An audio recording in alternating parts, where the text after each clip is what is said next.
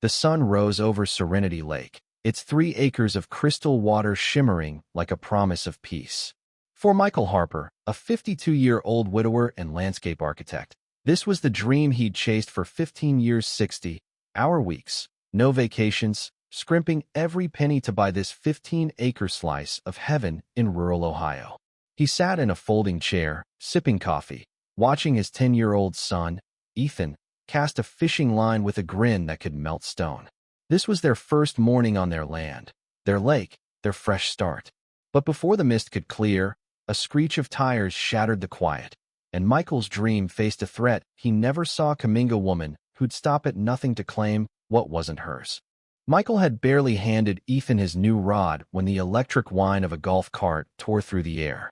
A woman in a crisp navy blazer, white gloves, and a blonde bun tight enough to crack walnuts stormed toward them. This was Patricia Conway, president of the neighboring Pinecrest HOA, her face twisted with entitled fury. "Step away from the water," she barked, pointing at Ethan like he'd committed a felony. Michael stood, shielding his son. "Who are you, and why are you on my land?" Patricia's eyes narrowed. "This is Pinecrest HOA property. Fishing's for members only. What's your lot number?" Michael pulled out his deed, unfolding it slowly. "I own this lake, lady. 15 acres, bought last week." Patricia snatched the paper, scanning it like it insulted her personally. "Fraudulent," she hissed. "This lake's ours." Ethan, confused, reeled in his line.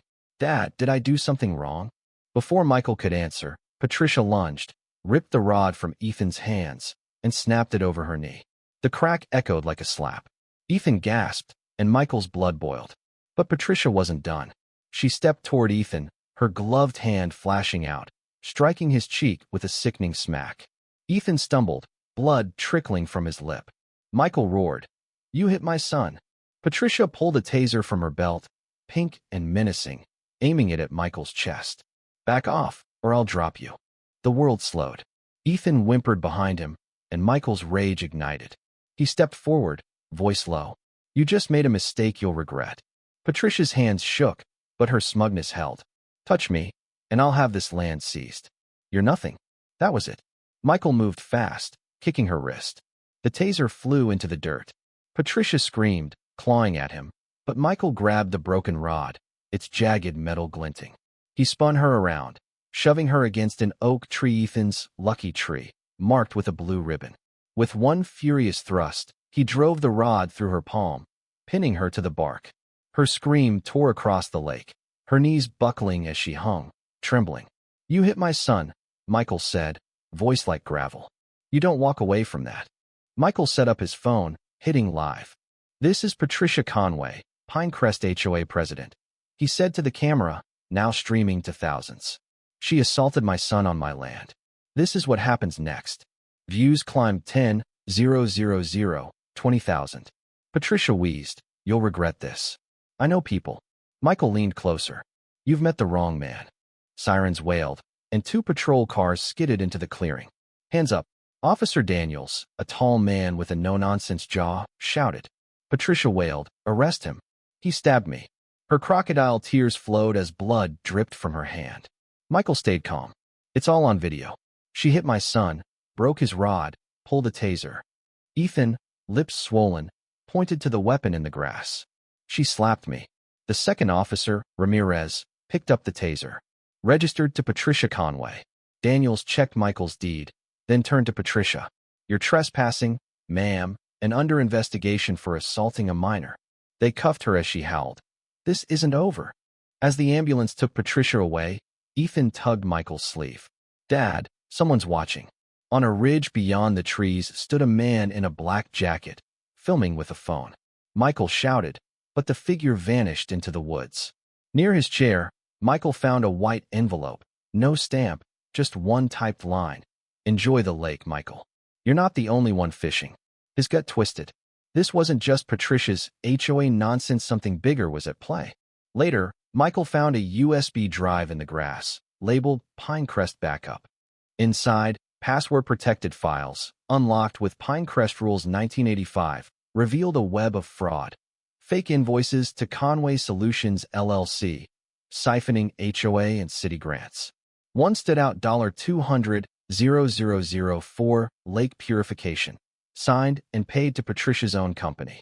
Another folder, Land Acquisitions, showed her targeting properties along a proposed interstate route, forcing owners out with fake violations. Serenity Lake was the centerpiece, worth millions if sold to developers. Patricia didn't want control, she wanted to flip the land. Michael called an old friend, FBI agent Tom Reynolds. "I've got something big, federal grant fraud." Reynolds arrived in 36 hours with a warrant and a forensic team. They raided the Pinecrest HOA office, hauling out computers as Patricia, out on bail, barked orders from her porch. Michael watched as agents led her away again, her smirk unshaken. "You're naive," she told him. "This land's a strategic asset. I was protecting it." Michael stepped close. "You were profiting and hurting my son." She leaned in, voice low. "Enjoy the lake, Michael. For now." As they loaded her into a car, she yelled, "You triggered something you don't understand." The window shut, but her words lingered. A week later, the lake felt wrong, like a held breath. Michael found his chair moved, a new envelope tucked beneath. "You should have stayed quiet, T." His porch camera was smashed, a dead fish nailed to his shed. Reynolds traced a burner phone in Patricia's records to T. Thomas Vance, her cousin, a disgraced city planner who'd appraised Michael's land years ago. Vance was missing, but his shadow loomed. Ethan, clutching his stuffed bear, asked, "Are we safe?" Michael forced a smile. "We will be. I'm not running." 3 weeks passed. Patricia was indicted on 16 counts: fraud, conspiracy, assault. The HOA dissolved, Michael's land cleared.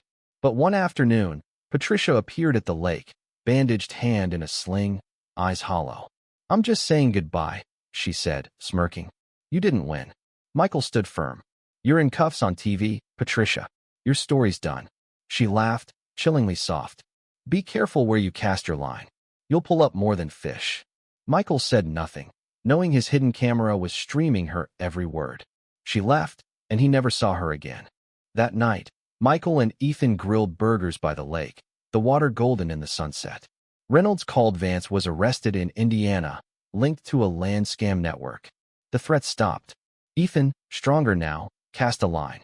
"Is it really over, Dad?" Michael nodded. "For her, and for Vance. We're safe." He meant it. The lake was theirs, a symbol of their fight. This wasn't just about a lake or a fishing rod. It was about protecting what matters: family, truth, dignity. Patricia hid behind HOA rules, fraud, and fear, but Michael's stand exposed her. Serenity Lake became a place where a father taught his son to fight bullies, where a community healed. When you face a Patricia, you don't need violence, but you need a line in the sand. Michael drew his and won. What do you think? Was Michael's reaction pinning Patricia's hand justified to protect his son, or did he go too far? Have you faced injustice or bullies like Patricia? Share your story in the comments and take a stand. Let's talk about violence, justice, and standing up for what's right. Like and subscribe for more stories of resilience.